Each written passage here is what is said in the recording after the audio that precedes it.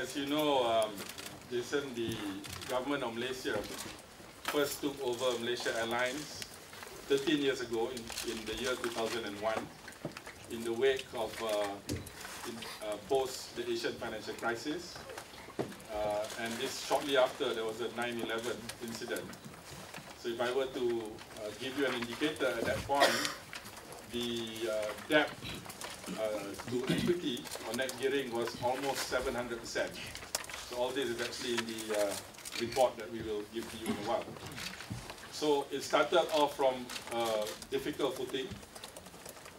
Indeed, there were several major restructurings that was attempted over the intervening 13 years. And as you rightly put, some were successful for a while, but ultimately could not sustain. And we believe where it is different this time is that it is attempting to go into new core with a completely new slate and only move the parts of mass, i.e. the staff, the work practices, the reset contracts that can sustain a competitive business structure and a cost structure for mass to compete properly. I think that is one major difference.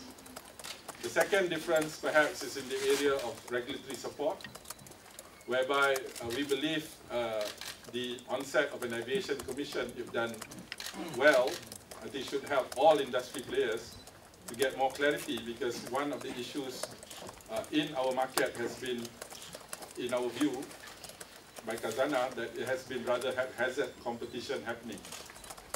In that regard as well, one would consider that while it is envisaged that our recovery plan to be executed by Malaysian Airlines, the renegotiation is not necessarily to be done through the courts, as what has been done in other countries, whether so-called Chapter 11 or in the Japanese case, as is popularly known.